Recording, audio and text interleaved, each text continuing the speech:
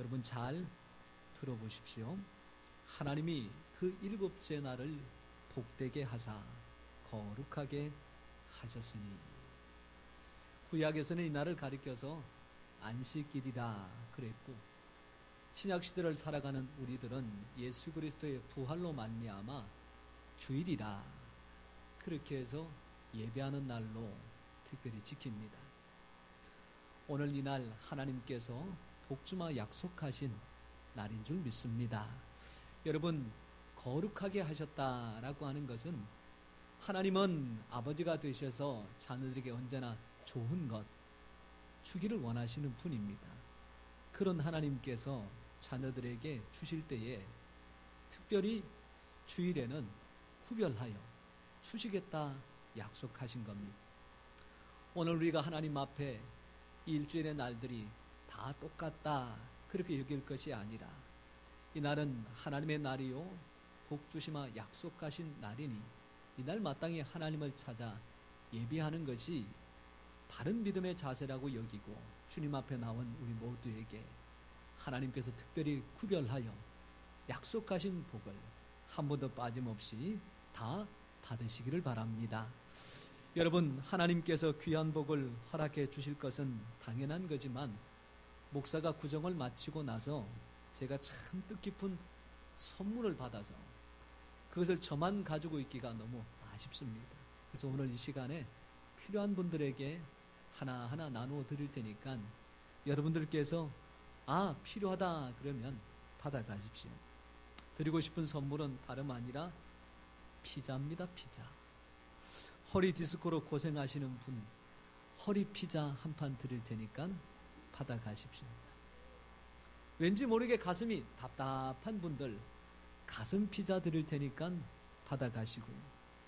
추운 날씨로 어깨가 결려서 온 몸이 구석구석 건질건질 하시는 분에게 어깨 피자 드릴 테니까 꼭 챙겨가십시오. 나도 모르게 내 천자가 이마에 그려져 있다, 이거 아무리 수단 방법을 찾아봐도 해결되지 않는다, 그런 분들 얼굴 피자 꼭 챙겨가시고요. 나이에 비해서 주름살이 많아졌다 싶은 분들에게는 주름 피자 드릴 테니까 꼭 챙겨 가십시오. 그리고 이거 참 중요한 것 같아요. 남자분들보다는 여자분들이 많이 겪는 일들인데, 다리가 저려서 하지정맥으로 고생하신 분들이 있지요. 그래서 여름에 날씨가 더워도 다리를 함부로 내놓지 못하고 바지를 입어 더위를 무릅써야 될 분들, 그런 분들에게 다리 피자 드릴 테니까 꼭 받아가시기 바랍니다. 여러분, 이것도 나한테는 안 맞다 그러면 이도 저도 거두절미하고 웃음 피자, 이거는 누구든지 꼭 마다하지 마시고 꼭 가져가셔서 삶의 즐거움을 가지시기를 바랍니다. 여러분, 이런 말 한마디만 들어도 지난 명절 때 이렇게 저렇게 고단하고 또한 피곤했던 우리의 시름을 한 번에 날릴 수가 있습니다. 사람의 말이 이렇게 우리에도 직접적으로 영향을 준다면, 천하만물의 주인 되신 하나님의 말씀, 우리의 마음속 깊은 곳에 있는 상한 마음까지도 주께서 헤아리시고 복주시마 약속하신 이 날에 깨끗하게 치료하여 주실 줄 믿습니다. 마가복음에 보면 예수님께서 왜 오셨느냐 그러실 때에 나는 병든 자를 고치러 온 의사로 왔다 그러셨습니다. 육체의 병 예수님 앞에는 문제될 것이 아니었습니다. 굶주림의 문제도 예수님 앞에는 하등의 문제가 안 되었습니다. 겉에는 표시나지 않지만 속에 문드러질 만큼 썩어져가는 그 쓰리고 아픈 것들, 상한 마음을 치료하시는 주님의 위로가 그 모든 것들을 회복하실 줄 믿습니다. 여러분, 오늘 말씀 중에 다리를 펴지 못해서 일평생 동안 안전뱅으로 살아갔던 한 사람이 있습니다. 오늘 이 사람에게 나타난 여러 가지 내용들을 통해서 우리에게 주시는 하나님의 말씀을 듣고 그 말씀을 아멘으로 화답하여 이 한 주간 걷는 분들은 벌떡 뛰어다니시고, 또한 앉아있는 분들은 일어나시고, 또한 삶에 고단하여 누워서 꼼짝달싹 못하는 분들, 그 모든 것들을 툴툴 털어버려 일어나 걸어가는 믿음의 승리자들 다 되시기를 축원합니다. 여러분, 오늘 말씀에 나오는 이 사람이 어떤 어려운 문제들을 간직하고 있는가? 오늘 2절 말씀해 보니까 그 사람의 문제에 하나하나 세부적인 것들이 빼곡하게 기록되어져 있는데, 우리 말씀을 같이 한번 읽어보면서 세 가지의 문제와 더 중요한 한 가지의 문제, 무엇인지 한번 찾아보겠습니다. 같이 읽겠습니다. 시작. 나면서 못 끄게 된 일을, 다시 한번 읽어보겠습니다. 2절입니다. 시작.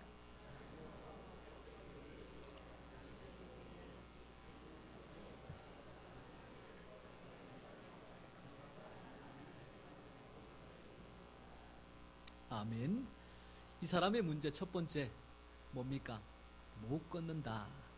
언제부터 못 걸었느냐? 태어나면서부터 못 걸었다. 문제입니다. 두 번째, 이 사람은 구걸하는 사람입니다. 더 정확하게 말하자면 거지, 먹고 사는 문제가 포도청인 사람입니다. 세 번째로, 걷지 못하는 사람이니 구걸하기 위해서는 자기의 힘으로 옮겨 다닐 수가 없습니다. 결국은 누군가가 도와줘야만이 구걸할 수가 있고 겨우 하루에 한 끼를 먹으면서 살아갈 수 있는 안타까운 사람입니다. 여러분, 이 세 가지의 문제 굉장히 심각하고 굉장히 큰 문제입니다. 그런데 더 중요한 문제가 있습니다. 그 더 중요한 문제는 제일 마지막에, 이 사람이 지금 성전 안에 있습니까? 성전 바깥에 있습니까? 성경에는 성전에 있는 10가지 문 가운데서 가장 아름답게 꾸며 놓아 사람들이 성전을 찾아갈 때에 가장 첫 번째로 여기는 미문이라는 곳이 있는데, 이 미문 안에 들어가 있는 것이 아니라 미문 바깥에 있는 겁니다. 여러분, 앉아서 걷지 못하는 거 큰 문제입니다. 구걸하는 거 큰 문제입니다. 사람의 도움을 받아야만 하루를 살아갈 수 있는 거 큰 어려움입니다. 그런 더 큰 문제는 그런 사람임에도 불구하고 은혜를 예비한 성전 안에 들어가지 못하는 것, 이것이 가장 큰 문제인 것, 그것을 꼭 기억하시기를 바랍니다. 여러분, 성전 안에 들어가는 사람은 하나님을 만날 수 있습니다. 하나님 앞에 기도할 수 있습니다. 하나님을 찾을 수 있습니다. 찾고 구하고 문을 두드릴 때에 우리 하나님께서는 그런 간절한 기도를 들으시고 허락해 주시마 약속하여 주셨습니다. 근데 성전 바깥에 있는 사람은 기도도 하지 않습니다. 하나님도 찾지 않습니다. 오직 그가 구하는 것은 오늘 누군가가 나의 한 끼를 책임져 줄까, 그것밖에 없습니다.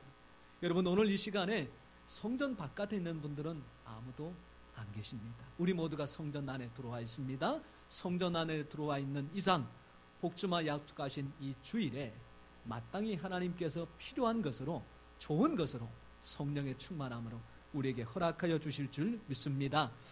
여러분, 그래서 성전 안에 들어와 있지만 이게 차이가 납니다.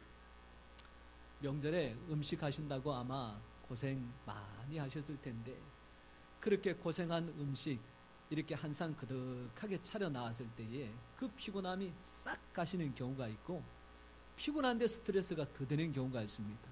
어떤 경우일까요?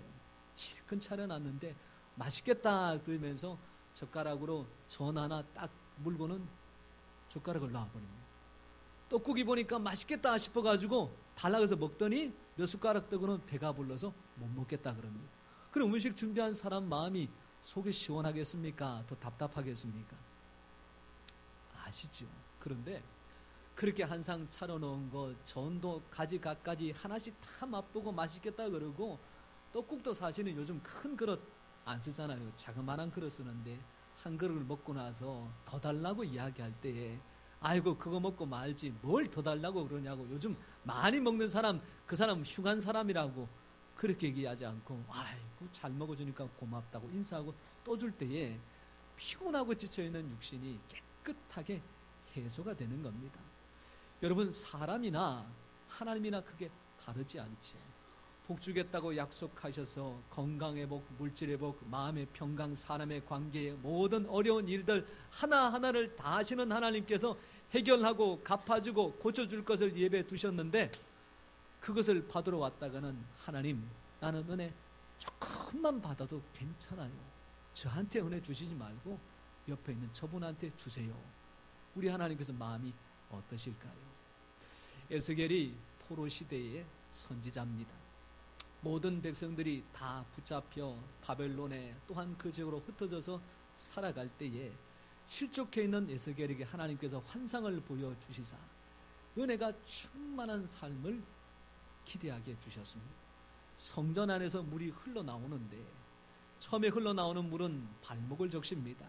성전을 향하여 더 가까이 걸어갈 때에 무릎까지 물이 찹니다.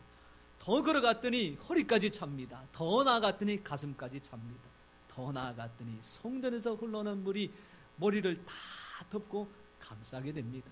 사랑하는 성도 여러분, 하나님 앞에 나와서 발목만 담그고 돌아가시는 분 안타까운 분입니다. 무릎만 잠기고 이만하면 괜찮습니다. 겸손한 거 아닙니다. 허리까지 잠겼으니 나는 됐습니다. 그것도 바람직하지 않습니다. 주신 은혜와 하나님의 축복을 받을 때에 푹 잠겨서 그 은혜가 차고 넘쳐 다른 사람에게까지 흘러보낼 수 있는 축복의 통로가 꼭 되시기를 축원합니다. 예수님께서 말씀하셨습니다. 내가 문 밖에 서서 두드리노니 누구든지 내 음성을 듣고 문을 열면 내가 그에게로 들어가 그로 더불어 먹고 그는 나로 더불어 먹으리라. 그냥 간만 보다가 가시지 말고 풍성하게 차려놓은 하나님의 은혜의 잔치 자리에 모든 음식들 빠짐없이 다 잡수셔서 다가오는 이 한 주간 어떤 일들 앞에서도 믿음으로 승리하는 성도님 되시기를 축원합니다. 여러분, 오늘 이 사람이 나이가 얼마쯤 되었을까? 성경에 이 중풍병자를 고치시고 또한 그 장님을 고치시고 앞을 못 보는 분들을 고치시고 각종 병자들을 다 고치셨는데 그 사람의 나이가 몇 살이다고 하는 이야기는 거의 없습니다. 거의 없습니다. 그럴 필요가 없다는 거지요. 나이가 많고 적음이 사실 문제될 게 아니란 얘기입니다. 그런데 성전 미문에 앉아있던 이 안전병의 나이를 이 사도행전 4장 22절에 정확하게 기록하기를 40여 세 되었더라. 40여 세. 한국 사회에서 40세라고 하면 가장 주목받는 시기가 있었습니다. 첫 번째 주목받았던 이유는 30대까지는 멀쩡하던 사람이 40대가 되니까 갑자기 쓰러지는 일들이 많이 발생을 하는 겁니다. 그 당시만 하더라도 사회 근간을 잃어갈 허리에 이 40대 나이대인데 이 사람들이 하나 둘씩 휘청휘청하고 쓰러지자 국가에서는 40대를 놓고 특별한 건강관리법을 그때부터 제정해서 지금도 나이 40이 되면 나라에서 건강검진 하세요라고 하는 것이 사실 통지가 됩니다. 지금부터 한 20년, 30년 때는 나이 40대는 자녀들을 출산하고 중학생 또는 고등학생 정도 되는 나이기 때문에 사실은 그때부터는 돈이 굉장히 많이 들어갑니다. 그러다 보니까 직장이 마음에 안 들어도 함부로 이직하는 것이 어려웠습니다. 장사를 하다가 내가 더 잘하는 것을 해보겠다 싶어서 함부로 바꾸기도 어렵습니다. 왜냐하면 자기가 감당해야 될 일이 한두 가지가 아니었기 때문이죠. 여러분, 이런 40대의 나이를 예전부터 가르치는 말이 불혹이라 그랬습니다. 무슨 말입니까? 세상의 이런저런 소리에 현혹되거나 유혹받지 않고 지금부터는 내가 오직 한 길만을 바라보고 묵묵하게 걸어간다고 하는 이야기죠. 오늘 성전 미문에 앉아있던 사람 40세, 과연 그는 어떤 초지일관의 가치관을 가지고 있을까요? 첫 번째 그가 가지고 있는 가치관은 나는 걸을 수 없다라고 하는 가치관입니다. 어릴 적에는 부모님들이 그 사람을 고치기 위해서 의사와 약을 찾아 백방으로 수소문해 봤지만 이것도 저것도 하나 효험이 안 되었습니다. 젊은 시절에는 자기가 가지고 있는 힘과 능력으로 이 문제를 해결하기 위해서 온갖 수단을 동원했으나 젊은 시절에도 결국 나는 고칠 수 없다라는 겁니다. 40년이 될 때까지 찾고 찾았지만 결국 그에게 남은 것은 빈털터리와 사람들이 외면하는 이 장애를 가진 한 인생에 불과하더란 얘기죠. 그래서 이 40세의 사람이 가지고 있는 가치관은 안 된다, 못 끊는다, 지금도 못 걷고 나도 앞으로 걸을 수 없다라고 하는 가치관입니다. 사랑하는 성도 여러분, 혹시나 이런 가치관이 하나님의 자녀인 나도 혹시 갖고 있는 가치관은 아닌지 한번 돌아봅니다. 기도회를 했는데도 하나님이 10년 동안 내가 기도했는데 응답되지 않네요. 기도해도 안 되네요. 믿음으로 봉사하고 믿음으로 살았는데 하나님께서 나의 삶의 가정의 역사에 모든 것들을 회복시켜 주실 줄 알았는데 10년이 지나도 달라지는 것은 하나도 없네요. 믿음으로 살아도 별반 차이가 없네요. 혹시 우리 마음속에 그런 절망과 또한 그런 마음속에 낙담이 찾아오지 않나 생각해 봅니다. 그런 우리들에게 하나님께서는 오늘 말씀을 통하여 40년 동안 못 걷게 된 안전뱅이가 오늘 말씀 한마디로 깨끗하게 치료받아 건강하여 회복된 것처럼 주님 앞에 나오는 자 말씀 믿고 의지할 때에 그 문제가 해결되어지고 이 문제를 벗어나 참된 자유자가 되게 하실 줄 믿습니다. 여러분, 세상 가운데서 들려오는 소식은 된다라고 하는 이야기보다는 안 된다라고 하는 이야기가 더 많이 들려옵니다. 10가지 이야기 중에 10가지가 안 된다고 하는 이야기고 한 가지가 된다고 할지 말지 그런 이야기들입니다. 여러분, 이런 이야기들을 계속 듣다 보면 그것이 마음속에 남아있게 되고 내 마음속에서 그것이 점점 자라나서 나의 마음을 다 점령하게 됩니다. 그렇다 보면 하나님 앞에 나와서 기도할 때에도 될 것이다 라는 생각보다는 안 될 것이다 라고 하는 생각이 더 많이 듭니다. 제가 이것을 해결할 수 있는 방법을 영화를 보면서 하나 깨달았습니다. 여러분, 사도라고 하는 영화가 있습니다. 송강호 씨가 아버지 영조의 역할을 했고 이 유아인 씨가 아들인 사도의 역할을 했는데 영화를 보신 분들은 아실 겁니다. 그 아버지 영조의 성품과 그 아버지를 어떻게 하든지 세우려고 하는 이 아들 사도에 애쓰고 노력하는 장면입니다. 한 번은 아버지가 그 아들을 못마땅히 여겨서 이런 이야기를 합니다. 잘하자, 자식이 잘 돼야 애비가 산다 라고 하는 넋두리 그런 이야기입니다. 이때 그 이야기를 들은 아들 사도가 이렇게 이야기합니다. 언제부터 나를 세자로 생각하고 또 자식으로 생각했소? 이 정도 같으면 아버지하고 아들하고 관계가 얼마나 악화되었는지 알 수 있잖아요. 이때에 영조를 연기한 송강호 씨가 궁중에 있는 여인에게 물 갖고 오라고. 그 다음에 그 귀를 어떻게 물에다가 담가가지고 팍 씻습니다. 오늘 듣지 못할 소리 들었다고, 듣고 싶지 않은 소리 들었다고, 이거 들어봐야 나한테 도움 안 되는 소리라고 귀를 깨끗하게 씻는 장면이 나옵니다. 사랑하는 성도 여러분, 우리의 귀가 세상의 이야기로 때가 많이 묻어 있으면 오늘 말씀을 통하여 깨끗하게 씻으시기를 바랍니다. 마음속에 주의 말씀이 있음에도 불구하고 세상의 소리 때문에 가려져 있으면 성령의 생수로 말미암아 깨끗하게 세척하셔서 주의 주시는 말씀을 가슴에 잘 새겨 믿음과 신앙으로 승리하는 우리 성도님들 다 되시기를 축원합니다. 이솝 우화에 보면 잡혀져 온 매에 관한 이야기가 있습니다. 한 번은 사냥꾼이 매를 한 마리 잡아서 거기다가 줄로 묶어서 기둥에다가 걸어놨습니다. 이 매가 큰 날개를 펴서 도망가려고 아무리 파닥파닥 끓여봤지만 뛰어야 벼룩같이 이 줄의 길이만큼 날았다가 다시 바닥으로 떨어지고 이런 일들을 몇 달 동안 반복하게 됩니다.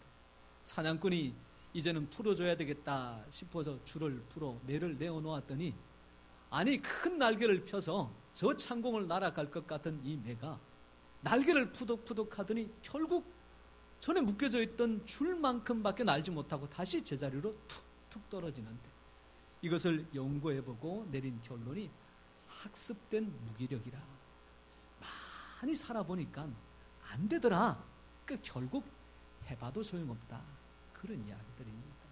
한 주간 동안 살아갈 때에 사람들이 듣는 이야기 또는 내가 해서 안 되는 것들로 말미암아 우리의 믿음은 쪼그라들어져 있고 신앙은 하나님을 바라보는 신앙이 아니라 세상을 바라보는 신앙으로 변절되어 있다면 오늘 주신 말씀을 통하여 접혀져 있던 날개를 펴고 창공을 날아 하나님의 귀한 역사를 나타내는 우리 성도님들 되시기를 축원합니다.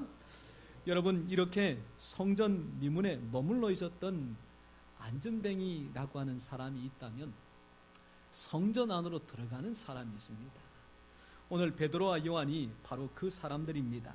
마침 그들이 제9시 기도하는 시간에 성전으로 들어가고 있습니다. 이 말씀은 그들이 늘 기도하는 습관을 가지고 있던 사람인데, 특별히 오늘 이 시간에 하나님께서 그들을 성전 안으로 인도해 주고 계시다고 하는 말씀입니다. 여러분, 이 베드로와 요한과 안전뱅이에게는 큰 차이가 있습니다. 두 사람 다 필요한 것이 있어서 구하는 것은 동일합니다. 안전뱅이는 사람들에게 자기의 오늘 한 끼의 음식을 구하고 있습니다. 그러나 베드로 요한은 성전 안에 들어가서 하나님 앞에 필요한 것들을 구하고 있습니다. 사람에게 구하여 얻는 것은 한 끼의 식사, 그것이 전부입니다. 그러나 크신 하나님 앞에 구하는 이 베드로와 요한은 안전뱅이를 일으킬 수 있는 능력을 하나님께로 부여받게 됩니다.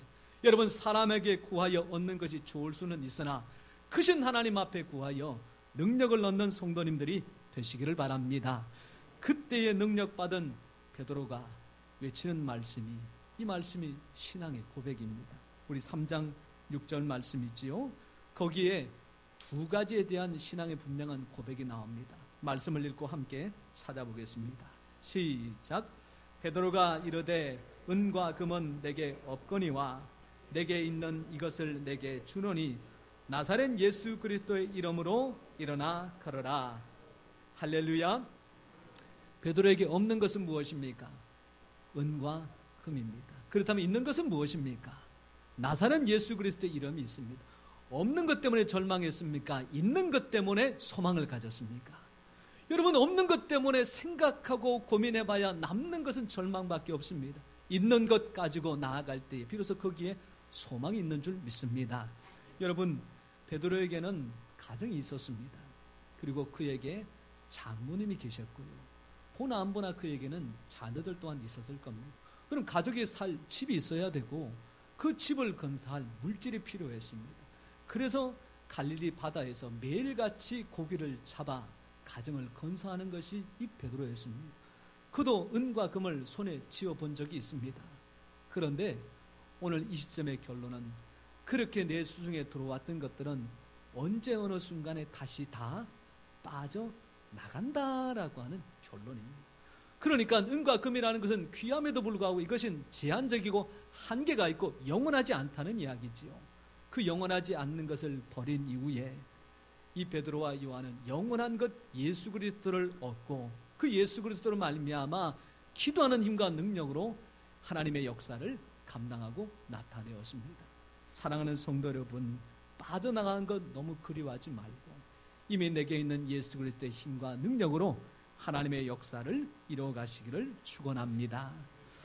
여러분, 우리나라에서 사는 것이 만만치가 않아서 외국으로 삶의 터전을 옮기는 분들이 있습니다. 이분들을 가리켜서 이민이라고 하고, 아무리 세상이 달라졌다고 하더라도 이민 사회의 삶이라는 것이 오히려 한국 사회보다 더 힘들다라고 하는 것이 사실 정확한 이야기입니다. 한 번은 이민교회 장로님께서 주일에 기도할 것을 준비하시다가 고향 땅이 그리워 적적한 마음을 해소하고자 고향 땅에서 만들어 놓은 드라마 한 편을 빌려와서 보기 시작했는데, 선택한 것이 나이가 지긋하다 보니까 사극, 그것도 20년 전에 그 유명했던 용의 눈물, 유동건 씨가 나와서 펼치는 그 모습이 얼마나 감동적이었던지 보고 또 보고 그러다가 그만 꼴딱 밤을 새고 말았습니다. 허둥지둥 옷을 갈아입고 교회로 와서 드디어 기도할 시간에 되어 강단에 섰는데 머릿속에서는 용의 눈물, 유동건 씨만 왔다 갔다 하고 뭐라 기도해야 될지 순간 생각나지 않을 때 자기도 모르고 살아계신 하나님 아버지 성은이 만극하옵나이다, 이게 나오고 말았다는 거예요. 그 성도들이 이게 무슨 소리냐 싶어가지고 여기서 킥킥 척킥 그러고 있는데 이 장로님이 그래도 눈치가 있어서 아이고 내가 실수했구나. 그래서 기도를 수습한다고 하는 말이 주여 통촉하여 주시옵소서. 이번에 또 잘못 나간 거예요. 어떻게 이렇게 저렇게 기도를 다 마친 다음에 제일 마지막으로 내가 깨끗하게 마무리를 해야 되겠다 싶어서 마지막에 예수님의 이름으로 윤호하여 주시옵소서 그랬다고 하는 이야기입니다. 몇 번을 봐도 웃기는 이야기인데 여기 아주 중요한 비밀이 있습니다. 여러분, 윤허라고 하는 것은 임금이, 당시의 최고의 권력자인 임금이 신하의 청을 허락해 줄 때에 윤허라고 합니다. 그러니까 왕이 허락하면 사실 모든 것들이 다 해결되는 거거든요. 통촉이라는 말이 무슨 말이냐? 윗사람이 아랫사람의 형편, 사정, 처지를 헤아리되 깊이 있게, 폭넓게, 세밀하게 잘 살펴서 정말 그 사람에게 필요한 것을 줄 때에 통촉이라고 하는 말을 사용합니다. 그러니 이 장로님이 사극의 말을 썼지만 그 기도는 정말로 적절했다는 거죠.